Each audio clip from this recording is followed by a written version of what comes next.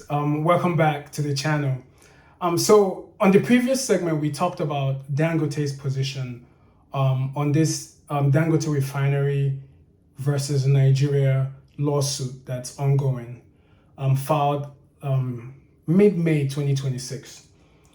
So we looked at the Dangote's position as to the reason why he's filing the lawsuit in the in part one of this series. Now, in this part, we're going to take a look at the government's position. So basically, kind of looking at why the government does not want to stop issuing import licenses to other companies to compete with Dangote refineries. Now, the government and few marketers, they're the ones arguing this. So, including like NNPC, which is one of the big, like the main Nigerian petroleum, organization in Nigeria. So together with the government of Nigeria, they argue that imports still serve an important purpose within the markets in Nigeria.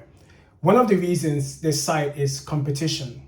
Now, if you're someone who studies economics, you understand that competition is vital in every economy. Destructive creation is one of the byproducts of competition, which is that you have to allow other companies to compete within the market. That's what took out Nokia from the cell phone market. That's how Apple is big. That Samsung is still there, but there's a healthy competition that is encouraged within a market economy, which makes an economy thrive. But one thing with this, every economy didn't start with competition, transparently. There was some form of protectionism that happened that started off to help, companies within a country grow, get a stance before you invite competition. It's a strategic way that most big economies we know today started. And that is one of the things that Nigeria is ignoring in this. Although, yes, I believe competition is good because, competition keeps prices under control. If only one refinery supplies most of Nigeria's fuel, for example, there are concerns that prices could rise or consumers could face fewer choices. So it's important for consumers to have choices. And we all know this, right? Competition is healthy. But in this case, with how vital this is, I would argue that Nigeria needs to have some kind of protectionism with this refinery for now. Get it in place, get things going, let the investment that has happened, see how it works. Because Nigeria has operated within the market economy, within the gas section for decades. And still, this problem is there. Why not give this new venture a chance? Relax competition a bit, regulate the competition, and Nigeria can do this. But you know what I think? I think the reason why this is there are red tapes for Dangote refinery is because there are deals being made. Transparency is not there. There are people who have a hold on when it comes to gas, fuel, petrol in Nigeria. Like the great artist mentioned in one of his albums, Burna Boy, Nigeria is a business. Nigeria is not a country. And I think this lawsuit is going to reveal so many things when it comes to the fuel and gas industry. I mean, if you're a Nigerian and you followed, petrol, Shell, and, oil and gas in Nigeria, you know that it's full of corruption. There's so many disastrous things that has happened. But I think this case will shed more light on what we already know. But moving on. So one, the government argues that competition is going to be hindered if they stop issuing import licenses to other companies to come in and compete with Dangote refineries, which I agree to a certain extent. But at the same time, two things can be true at the same time. Yes, competition is good, but yes, protectionism is also good. Limited competition is also good to allow your company or a homegrown company to excel. And I think most developing countries did this. Most developed countries did this to get where they are today. Energy security. Nigeria is talking about energy security. When has the energy in Nigeria been secured? But the government argues that energy security is important. So they state that even the world's best refineries experience maintenance shutdowns or operational issues. The argument that if Nigeria depends heavily on one refinery, Dangote refinery in this case, any disruption could create fuel shortages. Maintaining import licenses gives the market flexibility during emergencies. The statement is true in its face. But again, these are problems that Nigeria is facing when there is competition in the market. And this is one of the problems I have with the Nigerian economy, or the people who are in charge, is that there's this scare that, or there's this hindrance to allow something new come into the economy or to try something new.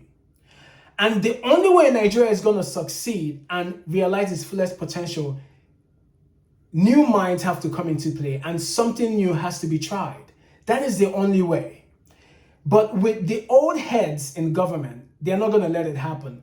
They want the status quo to remain because the status quo fills their pockets. Because the status quo allows them to do whatever they want, it allows them to travel exuberantly and continue to live this commodious lifestyle that they've been living for centuries. Now, energy security, it's a valid point, but it has never applied in the case of Nigeria. Nigeria's energy has never been secured. This is a chance to experiment on something that can lead to energy security, and they don't want to do it because they're saying that, oh, if they stop people from other companies from coming into the market, if the refinery shuts down, how do you know the refinery is going to shut down when you've not even given it a chance yet? The refinery has not been operating for years. Let there be like, okay, what if they say this? Dangote, we're going to give you 5 years to see how efficient this is. If within 5 years there's problems, then great. We flood the market with other people. There should be a deal. Now let's move on. Another thing which is huge that the government cites is they want to avoid monopoly. And don't get me wrong, all these points are valid and they're right. But again, like I mentioned, when there's something new or when you've been operating the same way for decades and something new comes about, you have to give it a chance.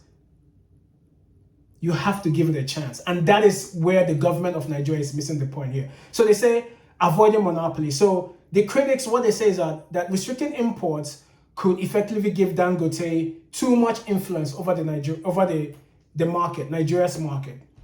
From their perspective, right, no single company, no matter how large, should dominate such a strategic sector, which is right. In its face, is right. But again, like I've been saying, there needs to be some kind of flexibility,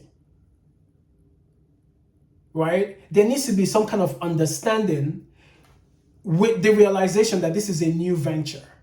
Nigeria has operated the same way for years. It hasn't worked. If you have a new thing coming in, then the government needs to allow it to thrive. It needs to have a test run to see how it goes. We can't apply all these economic principles, which are right, immediately because we've been applying it for such a long time and it has never worked. Various countries, like I keep mentioning, that are where they are today, developed countries that we often cite, that African countries often want to emulate, they didn't follow the market principles that were created by the West after they got developed right away. They had to create their own ways to make sure their market thrives. Then they begin to apply these economic principles tick, piecemeal by piecemeal, so to speak. So this is the government's argument. Now, let's look at who has a stronger argument between the two. We're going to look at this and we'll see whether Dangote or the government, which argument is stronger. Now, let's look at both arguments and see which one is stronger. Now, this is where the debate becomes especially interesting, right? Economically, both sides raise valid concerns. That is true. Like I mentioned, the concerns raised by Dangote are valid. And again, Nigeria raises very valid concerns as well. These are basic and grounded economic principles that they raise, that every thriving, keyword here, thriving economy should follow. Nigeria is not a thriving economy yet. Let's keep that in mind. Now, let's look at Dangote's strongest points.